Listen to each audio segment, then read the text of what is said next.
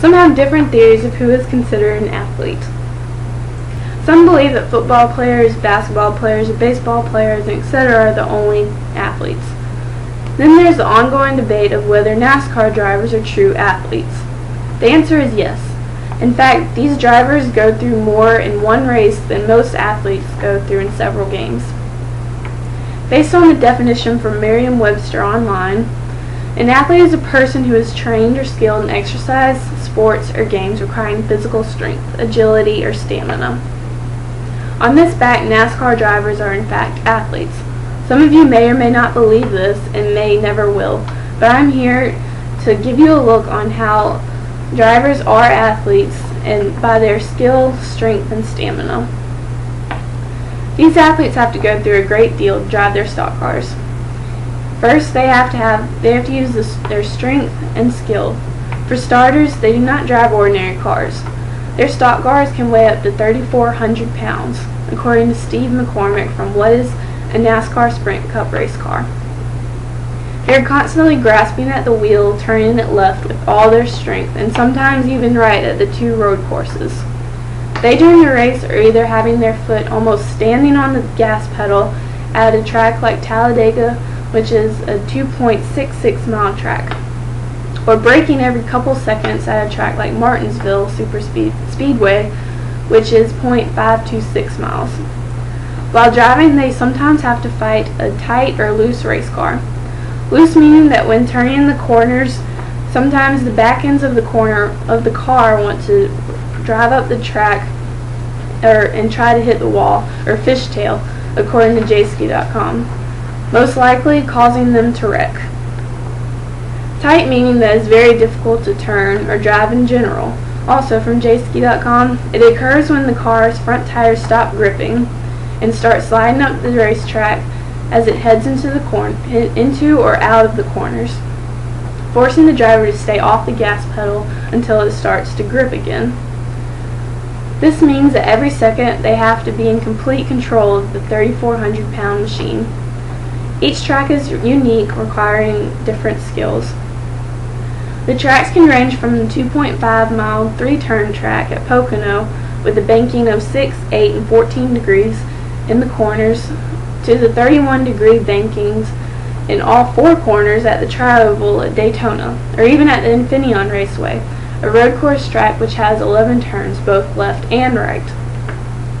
These elements require the driver to have perfect skills so that they can perform at optimum levels at each individual track. So we know that to be an athlete you have to have strength. Now let's look at their skill. These athletes have to have good reflexes and to be able to make split-second decisions.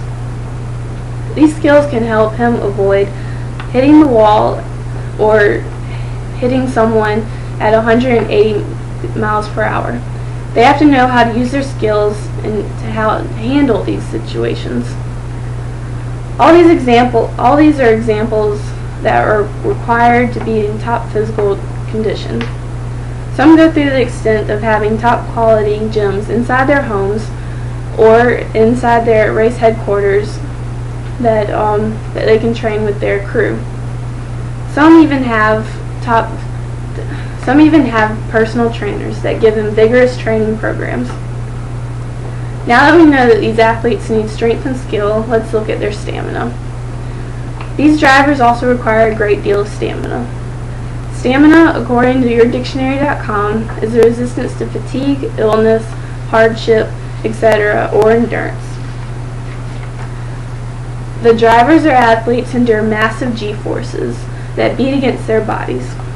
Gary Mahosi's from USA Today states, "1 G-force is the force of gravity, the weight that you feel standing up. At a track like Indianapolis, where speeds surpass 220 miles per hour, that is significantly multiplied in the corners. When turning, the G-forces take effect, causing their bodies wanting to go right when they want to go left. They can endure up to 5 Gs when they're in the turns, according to the physicist Brian Beckman. If you weigh 200 pounds at 5 Gs, you are being pushed sideways at 1,000 pounds. These athletes also have to stay in the 120-degree boiling heat of the car for up to 5 hours, or about 500 miles, with no commercial breaks or timeouts, unlike what some other athletes have to go through. Yes, they do have cautions that could be considered as a break, but they never know when one's coming or if they have one at all. It's not like they can climb out of their cars and take breaks during them either. All in all, they're still in the blistering hot car, just driving at lower speeds. In addition, for protection, they have to wear the heavy, thick fire suits and be covered from head to toe. With all this in factor, each driver can sweat up to 8 pounds off per race. They also have to have the stamina required because their season lasts up to 10 long months. Unlike the 16 weeks in football, they have to race almost every weekend for 36 weeks. Sports psychologist Jack Stark wrote, "Baseball, you have timeouts. You can't stop a race to get out your car. You've been going hard for hours, and you have to have the tremendous amount of mental toughness and a tremendous amount of drive and desire to win." Critics go on and on about how drivers are not athletes. Apparently they're the ones who do not know the definition of what an athlete is. According to the definitions given from Merriam-Webster online and the examples above, NASCAR drivers are athletes. They require strength, skills, and stamina to be able to control these heavy stock cars, what the G-forces throw at them, and able to withstand the boiling heat of the car. Not to mention they have to have the passion and desire to do what they love doing and to win. Even during their off season, which is a short time, these athletes still race. Even they start to race with what they grew up racing, and some even have their own race teams, so they can be considered non-stop athletes. Thank you.